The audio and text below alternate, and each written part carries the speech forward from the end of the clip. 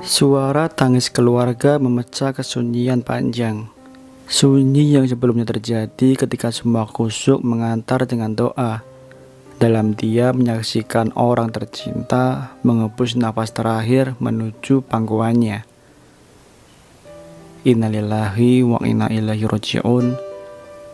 Ibu Ratna, 62 tahun, meninggal dunia beberapa jam setelah alat penunjang hidup dilepas dari tubuhnya. Keluarga sudah ikhlas, merelakan almarhumah lepas dari sakit berkepanjangan. Hujan deras mengiringi derai kesedihan yang memenuhi ruangan. Aku cukup lama berdiri merapat dinding sebelah kanan, agak menjauh dari tempat tidur. Sengaja seperti itu, memberi ruang kepada keluarga agar bisa berpamitan. Sampai ketika di mana suasana kembali hening, hanya tangis sepi terdengar sesekali. Salah satu anak dari Ibu Ratna menarik selimut di tubuh ibunya hingga menutup sampai kepala. Saat itulah aku kembali mendekat ke tempat tidur. "Biar saya saja, Pak," ucapku pelan. Perlahan aku merapikan jenazah Bu Ratna, menutupnya dengan selimut. Itu merupakan satu dari beberapa bagian pekerjaan yang membuatku harus berjuang menahan tangis, berusaha keras agar air mata tidak tumpah. Aku Dianti, bekerja sebagai perawat di salah satu rumah sakit besar di kota Bandung. Sejak tahun 2012, aku sudah mengabdi, menjalankan tugas dan kewajiban yang sudah seharusnya diemban oleh seorang perawat. Masih tergolong baru, aku dan beberapa rekan lainnya bisa dikatakan masih junior, karena masih banyak rekan lainnya yang sudah bekerja belasan atau bahkan puluhan tahun. Jadi perawat memang sudah jadi cita-cita sejak sekolah.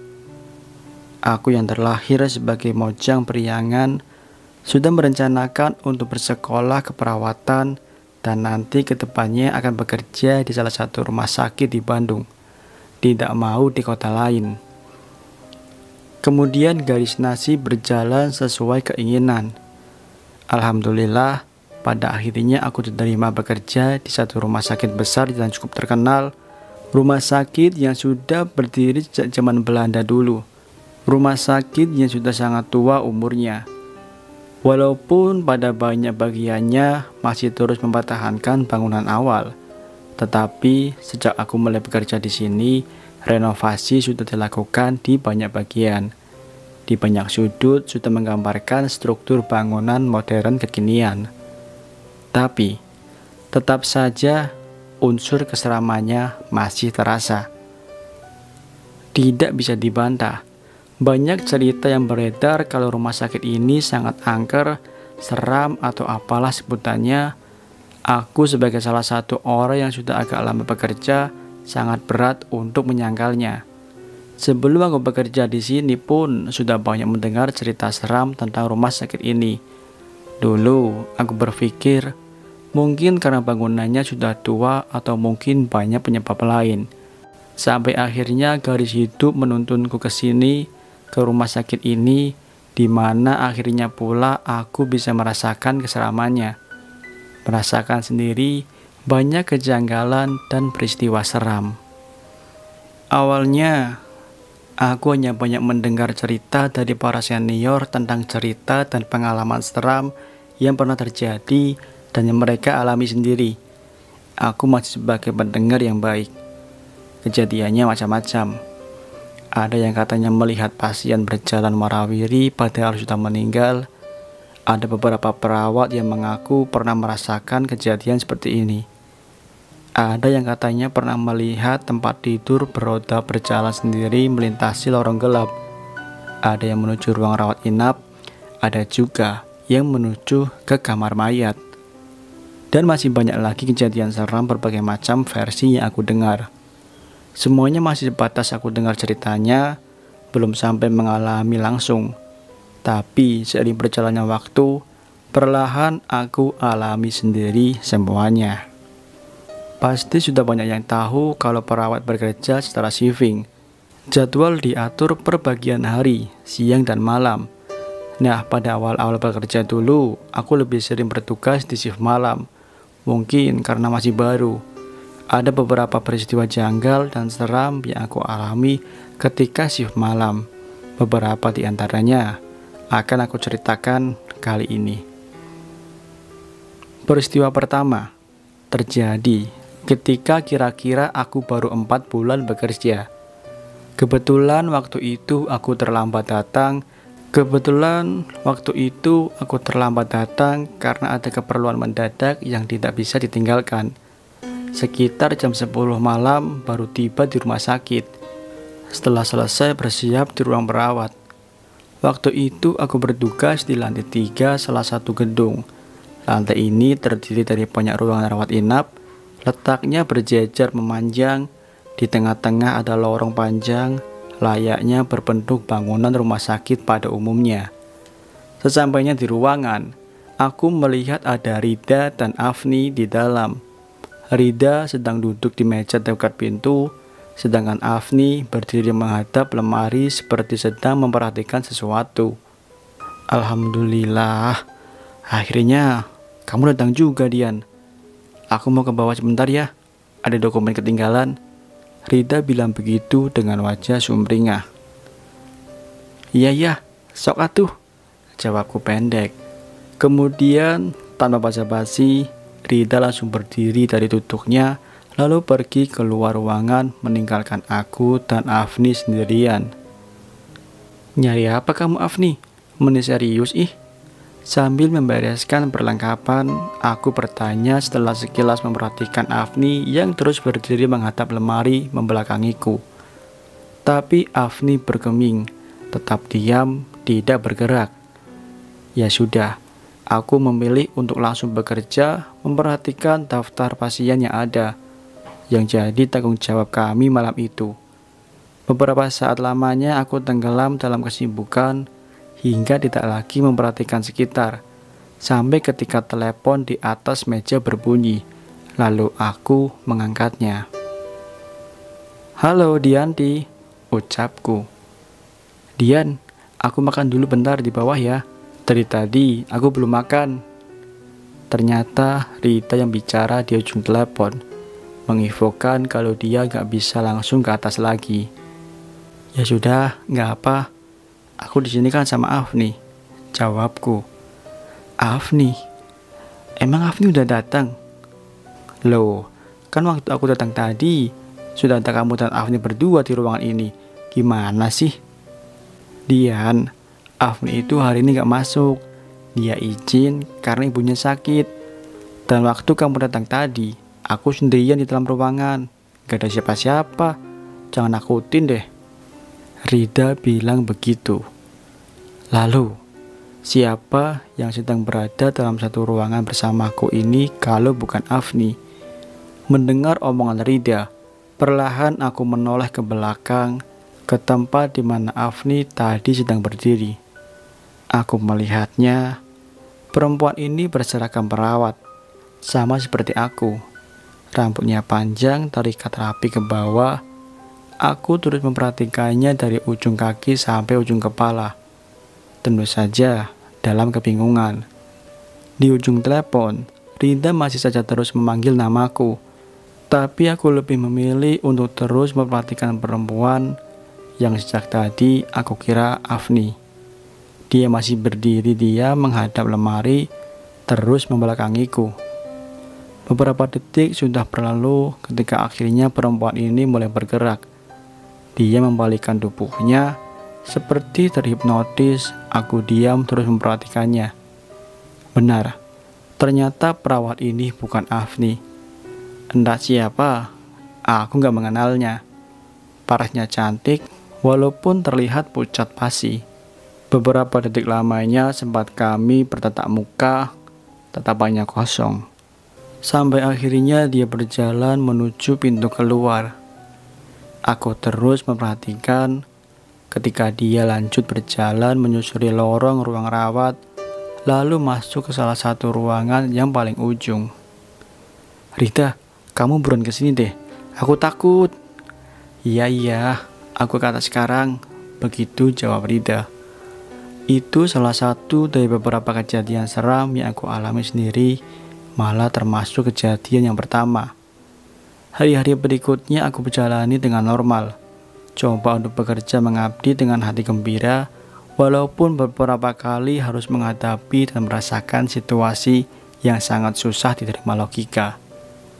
Lalu ada juga peristiwa yang kejadiannya sangat singkat namun sungguh mengerikan. Jadi pada suatu malam, aku harus mengambil berkas di gedung utama yang letaknya berada di paling depan. Untuk menuju ke sana, aku harus berjalan menyusuri selasar panjang yang menghubungkan gedung utama dengan gedung rawat inap di belakang. Entah penyebabnya apa, tetapi memang waktu itu rumah sakit sedang sepi. Jumlah pasiennya termasuk dalam siklus rendah. Seperti biasanya juga, aku kebagian shift malam, bertugas untuk piket di salah satu lantai di gedung rawat inap.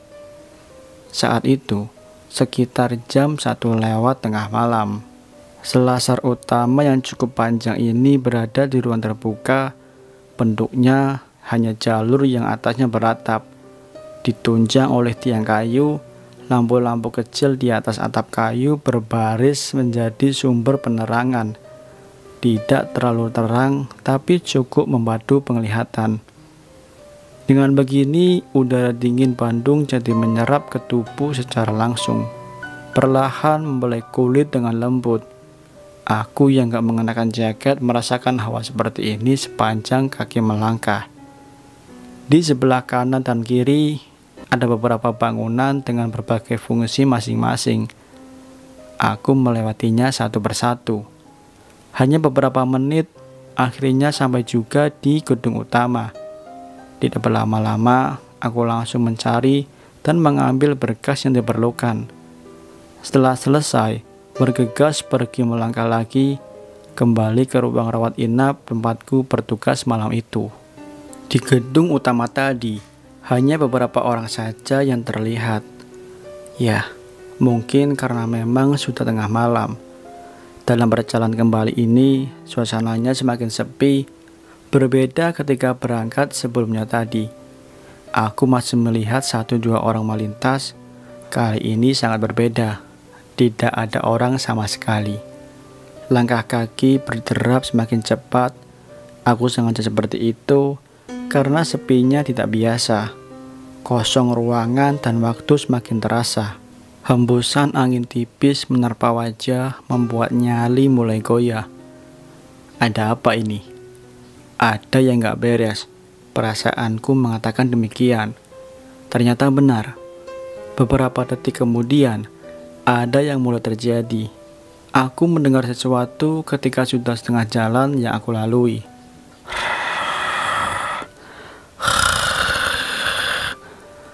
Ada suara di belakangku. Kira-kira bunyinya seperti tadi. Suara yang sepertinya aku sangat mengenali. Menghentikan langkah, aku lalu menoleh ke belakang, mencari sumber suara. Benar, bunyi yang kumaksud persis seperti apa yang sudah aku tebak sebelumnya. Suara itu berasal dari putaran 4 roda kecil yang sedang mengelilingi di atas lantai selasar.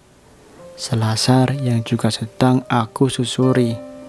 4 roda kecil ini menunjang tempat tidur di atasnya. Tempat tidur yang banyak kita lihat di rumah sakit. Tempat tidur beroda yang sering digunakan untuk mempermudah perpindahan pasien. Aku terdiam, memperhatikan tempat tidur yang sedang bergerak dari kejauhan, perlahan tapi pasti terus mendekat menuju tempat aku yang sedang berdiri. Semakin lama, suara semakin jelas terdengar.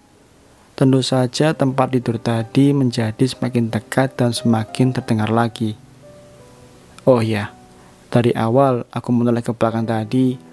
Sejak detik pertama ketika melihat tempat tidur ini, langkahku langsung terpaku tidak bisa bergerak. Jantung seperti berhenti berdetak, nafas tertahan, aku terkesima, diam dalam ketakutan. Karena tempat tidur yang sedang aku perhatikan ini ternyata bergerak sendiri, Tidak ada orang yang menarik atau mendorongnya. Tempat tidur ini bergerak dengan sendirinya menyusuri selasar. Seram, aku terhenyak merinding ketakutan. Ketika melihatnya sudah semakin dekat dan semakin dekat, akhirnya aku tidak sanggup lagi. Lutut lemas gak mampu menahan berat tubuh. Lalu aku jatuh terduduk menangis ketakutan tapi terus memperhatikan. Sementara itu, tempat tidur terus bergerak maju. Rodanya menggelinting dalam hening, sampai akhirnya tempat tidur yang ternyata kosong ini sudah benar-benar ada melintas di hadapan, sambil terus bergerak perlahan. Aku menangis ketakutan, terus memperhatikan. Setelahnya, tempat tidur menjauh dengan kecepatan konstan. Beberapa belas detik kemudian, di ujung selasar aku melihat berbelok ke kanan, lalu menghilang dari pandangan. Aku masih tampak terhenyak kaget, tetap duduk di lantai menangis pelan. "Suster Dinanti, kenapa duduk di sini?" Tidak lama, aku mendengar suara dari belakang. Ternyata salah satu security rumah sakit yang sedang berpatroli. Kemudian dia mengantarkan aku menuju ruang rawat tempat aku bertugas. Di awal tadi, sekilas aku sudah menceritakan peristiwa meninggalnya salah satu pasien, yaitu Ibu Ratna. Almarhumah Ibu Ratna merupakan salah satu pasien yang paling aku ingat sampai sekarang. Salah satu alasannya karena sebelum meninggal, beliau sudah dirawat di rumah sakit ini cukup lama, nyaris 2 bulan, dengan berbagai alasan medis dan non-medis tentunya. Selama waktu 2 bulan itulah terbentuk kedekatan kami sebagai perawat dan Ibu Ratna sebagai pasien. Almarhumah semasa hidup sepanjang kami mengenalnya memang seorang yang sangat baik hatinya, penuh perhatian layaknya orang tua kepada anaknya. Pada intinya, kami semua menjadi dekat dengan Ibu Ratna secara pribadi. Kebaikan yang beliau kebarkan menancap dalam hati kami semua. Tentu saja, karena itulah kami jadi ikut sedih dan merasakan duka mendalam ketika Ibu Ratna harus mengembuskan nafas terakhir di ujung tahun 2016 lalu. Ada satu kalimat khas yang seringkali almarhumah katakan kalau kami sudah selesai merawatnya. Dia selalu bilang begini, "Cantik, terima kasih ya, kamu baik sekali," dengan nada yang khas dan senyum merekah di wajah. Aku masih sangat ingat intonasi beliau ketika mengucap kalimat itu sampai sekarang. Oh ya, semasa hidupnya, selama dalam perawatan di rumah sakit ini, Ibu Ratna hanya menempati satu ruangan yang sama.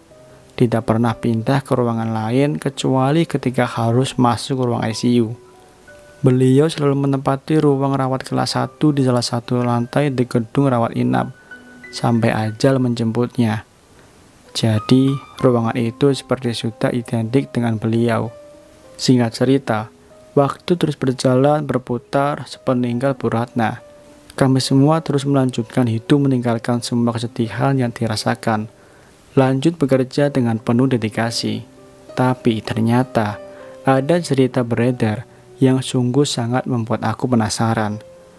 Aku mendengar selentingan katanya ada beberapa pekerja rumah sakit yang pernah melihat sosok mirip Bu Ratna bergentayangan di sekitar ruangan yang pernah dia tempati dulu.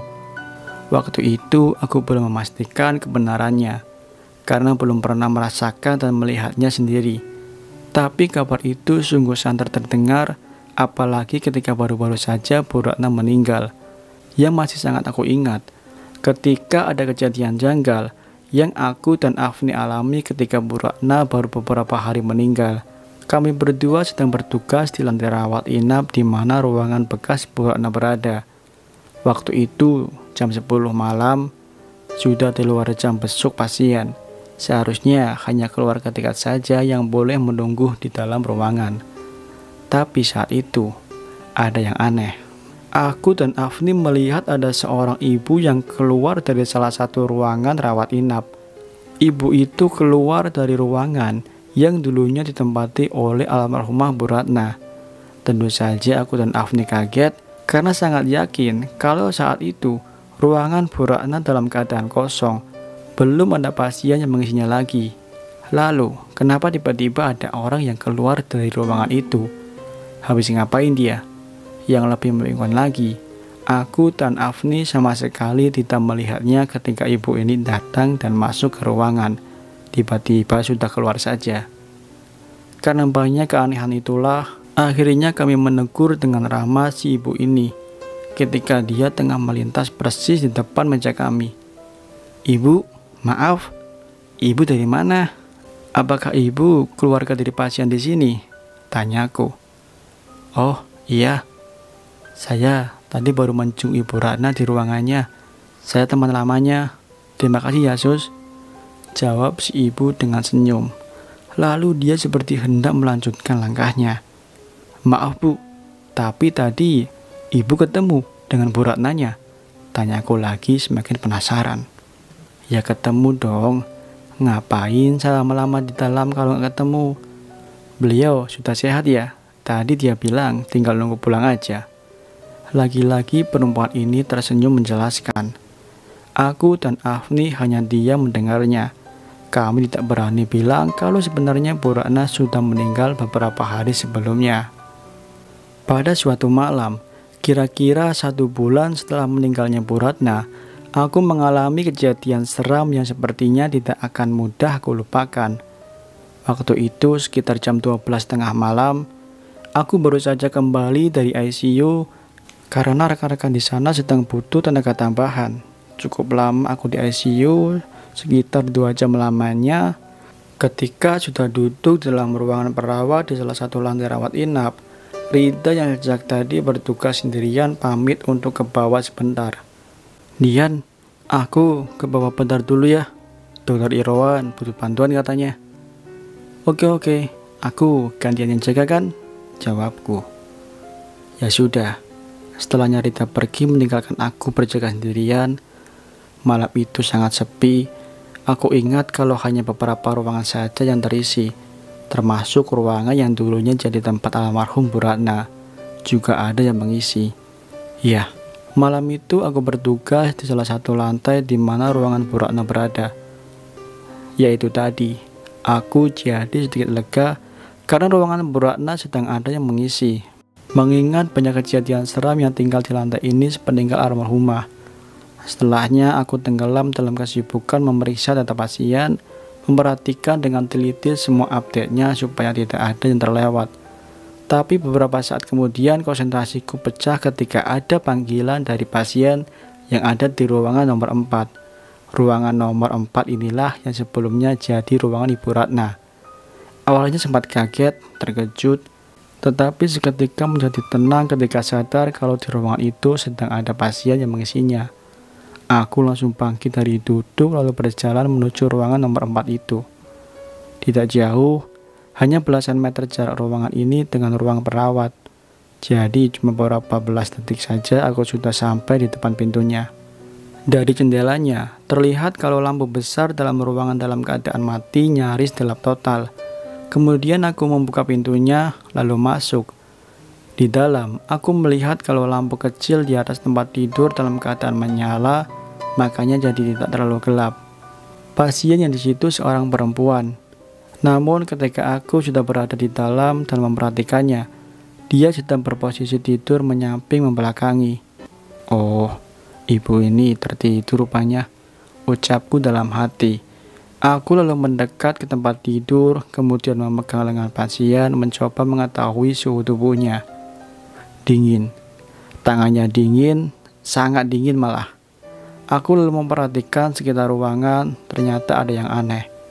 Aku baru sadar kalau ternyata ruangan ini sangat rapi dan bersih, seperti baru saja dibersihkan, tidak seperti ruangan rawat inap yang sedang berpenghuni. Aneh. Namun ketika masih bertanya-tanya dalam kebingungan, pasien yang tengah terbaring ini, yang lengannya sedang aku pegang, tiba-tiba mulai bergerak. Yang tadinya menyamping, perlahan dia mulai memperhatikan bagian depan tubuhnya, termasuk wajahnya. Aku terhenyak, diam tak bersuara, membisu, menahan ketakutan yang tiba-tiba membuncah memenuhi ruang batin. Ternyata yang tengah terbaring ini adalah sosok almarhumah Ibu Ratna. Wajah puncaknya tersenyum ramah, Sorot mata tak bercahaya, rambut panjangnya tergerai ke belakang. Terbata bibirnya bergerak pelan, lalu dia bilang, "Cantik, terima kasih ya, kamu baik sekali." Nyaris menangis aku melangkah mundur coba menjauh dari tempat tidur, bergerak mendekat ke pintu keluar. Dalam prosesnya kami terus berpandangan, senyum datar tanpa ekspresi tetap terlihat dari wajah pucat Ibu Ratna. Perlahan aku membuka pintu, lalu lari keluar, pergi meninggalkan ruangan nomor 4. Sesampainya di ruangan perawat, ternyata sudah ada Rida. Dia baru saja datang, lalu aku ceritakan semuanya. Saat itulah Rida bilang, kalau ketika aku sedang berada di ICU tadi, pasien yang seharusnya ada di ruangan nomor 4 secara darurat harus dipindahkan ke ruang isolasi. Setelah itu, ruangan nomor 4 dalam keadaan kosong.